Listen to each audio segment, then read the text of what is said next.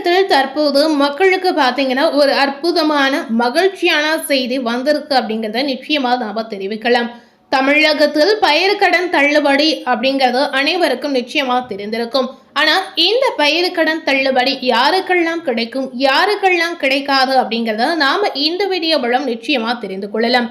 விவசாயிகளுக்கு பயன் அளிக்கக்கூடிய வகையில இந்த பயிர் கடன் தற்போது தள்ளுபடியாகி இருக்குங்க. ஸோ இந்த விஷயம் பார்த்தீங்கன்னா விவசாயிகளுக்கு மகிழ்ச்சியான ஒரு விஷயமாகவே நம்ம பார்க்கலாம். விவசாயிகள் மகிழ்ச்சி அடையக்கூடிய ஒரு விஷயமாக பார்க்கும் பொழுது கண்டிப்பாக இவங்க ரொம்ப நாளா வெயிட் பண்ணி காத்திருந்த ஒரு விஷயம் தற்போது தமிழகத்தில் நடந்திருக்கு அப்படிங்கிறத நாம நிச்சயமா தெரிவிக்கலாம். ஸோ இந்த பயிர் கடன் எந்த விவசாயிகளுக்கெல்லாம் பொருந்தோ, யாருக்கெல்லாம் கிடைக்காது அப்படிங்கிறத நாம இதனை தொடர்ந்து முழு விவரமாகவே தெரிந்து கொள்ளலாம். தமிழக அரசின் பயிர் கடன் தள்ளுபடி திட்டத்துல பாத்தீங்கன்னா குறு விவசாயிகள் மட்டுமே 100% முழு கடன் தள்ளுபடி பெற தகுதியானவர்கள் அப்படின்ற ஒரு விஷயம் தற்போது வெளியாகி வந்திருக்கு அப்படிங்கறத நாம தெரிவிக்கலாம். அதாவது கூட்டுறவு வங்கிகளில் இருந்து ரூபாய் 50,000 வரை பயிர் கடன் பெற்று குறு விவசாயிகளுக்கு முழுமையாக பயிர்க்கடன் தள்ளுபடி செய்யப்படும் என்று முதலமைச்சர் விஜய் அவர்கள் அதிரடியாக அறிவித்திருப்பதாகவும் ஒரு தகவல் இப்ப வெளியாகி இருக்குங்க. அதாவது குறு விவசாயிகள் அப்படின்னு பாத்தீங்கன்னா 50,000 வரை கடன் வாங்கியிருக்கக்கூடிய நேயர்களுக்கு மட்டுமே இந்த தள்ளுபடியானது பொருந்தும் அப்படின்னு சொல்லப்படுது. இந்த பயிர்க்கடன் தள்ளுபடி பாத்தீங்கன்னா எதிர்வரும் சாகுபடி பருவத்திற்கு கடன் பெற விரும்பும் விவசாயிகளுக்கு பெருமளவில் பயன் தரும் அப்படின்னே நம்ம சொல்லலாங்க. இதை இந்த விவசாயிகளுக்கு பயன் அளிக்கக்கூடிய ஒரு உதவியான விஷயமாகவே நிச்சயமா இருக்கும் அப்படிங்கிறத நிச்சயமா நம்ம தெரிவிக்கலாம். கடன் தொகை ரூபாய் 50,000 வரை இருந்தால் குறு விவசாயிகளுக்கு முழுமையாக 100% தள்ளுபடி செய்யப்படும். ரூபாய் 50,001 முதல் ரூபாய் 60,000 வரை கடன் இருந்தால் ரூபாய் 40,000 தள்ளுபடி செய்யப்படும் அப்படிங்கிறத சொல்லியிருக்காங்க. அதாவது நீங்க முழுமையான கடனாக 50,000 மட்டும் வாங்கியிருந்தீங்கன்னா கண்டிப்பா விவசாயிகளுக்கு அது முழுமையாகவே தள்ளுபடி அப்படின்னு சொல்லப்படுது. 50,000 முதல் 60,000 வரை நீங்க வாங்கியிருந்தீங்கன்னா அதுல 40,000 தள்ளுபடி அப்படின்னு சொல்லப்படுது. இந்த மாதிரி தள்ளுபடிக்கு ஒவ்வொரு தொகையாக விவரத்தை சொல்லி இருக்காங்க. அதாவது எவ்வளவு கடன் வாங்கியிருந்தீங்கன்னா உங்களுக்கு எவ்வளவு தள்ளுபடி அப்படிங்கிறத இந்த வீடியோல நீங்க தெரிந்து கொண்டு பயனடைங்க. அது போலவே 60,000 முதல் அதாவது 61,000 முதல் 70,000 வரைக்கும் பயிர் கடன் நீங்க வாங்கி இருந்தீங்கன்னா உங்களுக்கு 30,000 வரை தள்ளுபடி செய்யப்படும் அப்படின்னு அரசு அதிகாரமாக ஒரு உத்தரவை இப்ப வெளியிட்டு இருக்காங்க. அது போலவே 70,000 முதல் 80,000 வரை நீங்க கடன் பெற்று இருந்தீங்கன்னா உங்களுக்கு 20,000 வரை தள்ளுபடி செய்யப்படும் அப்படின்னு சொல்லி இருக்காங்க. அது மட்டும் இல்லாமல் 80,001 முதல் 90,000 வரை கடன் பெற்று இருந்தீங்கன்னா உங்களுக்கு 10,000 தள்ளுபடி செய்யப்படும் அப்படின்னு சொல்லி இருக்காங்க. 1,00,000க்கு மேல் கடன் பெற்று இருந்தீங்கன்னா பயிர் கடன் உங்களுக்கு தள்ளுபடி எவ்வளவு ஆகும் அப்படின்னு தெரியுமான்னு கேட்டிங்கன்னா கண்டிப்பா இந்த ஒரு விஷயம் தான் நமக்கு ஒரு கேள்வியாகவே இருக்கு அப்படிங்கிறத நம்ம சொல்லலாங்க.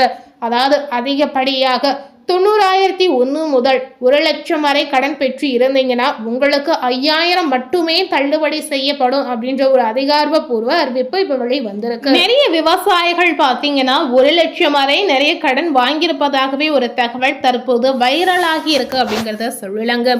அதாவது விவசாயிகள் வாங்கியிருக்கக்கூடிய கடன் தொகை பார்த்தீங்கன்னா 1,00,000க்கு மேலதான் அதிகமாக இருக்கு அப்படின்ற ஒரு கருத்து மக்கள் மத்தியில இப்ப எழுந்திருக்கு.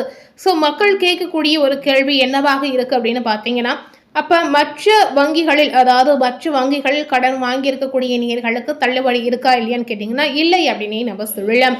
கூட்டுறவு வங்கிகளில் பயிர் கடன் வாங்கியிருக்கக்கூடிய நேயர்களுக்கு மட்டுமே, குறிப்பாக குறு விவசாயிகளாக இருக்கக்கூடிய நேயர்களுக்கு மட்டுமே இந்த பயிர் கடன் தள்ளுபடி அப்படிங்கிறத அரசு அதிகாரப்பூர்வமாக ஒரு அறிவிப்பை இப்ப வெளியிட்டு இருக்காங்க. அதாவது கண்டிப்பா 50,000 நீங்க கடன் வாங்கியிருந்தீங்கன்னா முழு தொகையுமே உங்களுக்கு தள்ளுபடி அப்படின்னு சொல்லப்படுது. ஸோ ஒவ்வொரு தொகைக்கு ஏற்றவாறு ஒவ்வொரு விதமான தள்ளுபடிகள் இப்ப நடந்து கொண்டு இருக்கிறது. அதே சமயம் பார்த்தீங்கன்னா 2.5 முதல் 5 ஏக்கர் நிலம் உள்ள சிறு விவசாயிகளுக்கு ரூபாய் 50,000 வரை கடன் வாங்கி இருந்தீங்கன்னா அவர்களுக்கு 50% மட்டுமே தள்ளுபடி செய்யப்படும் அப்படின்னு அரசு ரீதியாக சொல்றாங்க. அதாவது 25,000 வரை மட்டுமே உங்களுக்கு தள்ளுபடி பொருந்தும் அப்படின்னு நம்ம சொல்லலாம். மீதி தொகையை கண்டிப்பா நீங்க மீண்டும் கடனை அடைக்க வேண்டும். அதாவது மீதி தொகையை நீங்களே மீண்டும் செலுத்த வேண்டும் என்ற ஒரு விஷயத்தையும் அரசு சார்பா சொல்றாங்க.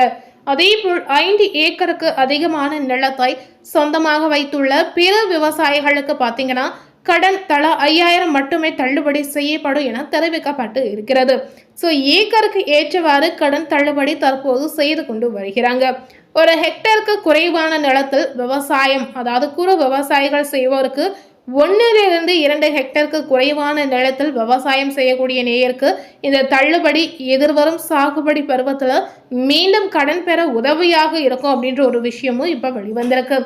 இந்த பயிர்க்கடன் தள்ளுபடி திட்டத்தின் கீழ் பார்த்தீங்கன்னா 1/5/2025 முதல் 28/2/2026 வரை கூட்டுறவு வங்கிகளில் பயிர்க்கடன் பெற்றுள்ள 14 லட்சத்திற்கு மேலான விவசாயிகள் பயனடைவதாக இப்போ ஒரு தகவல் வெளிவந்திருக்கு.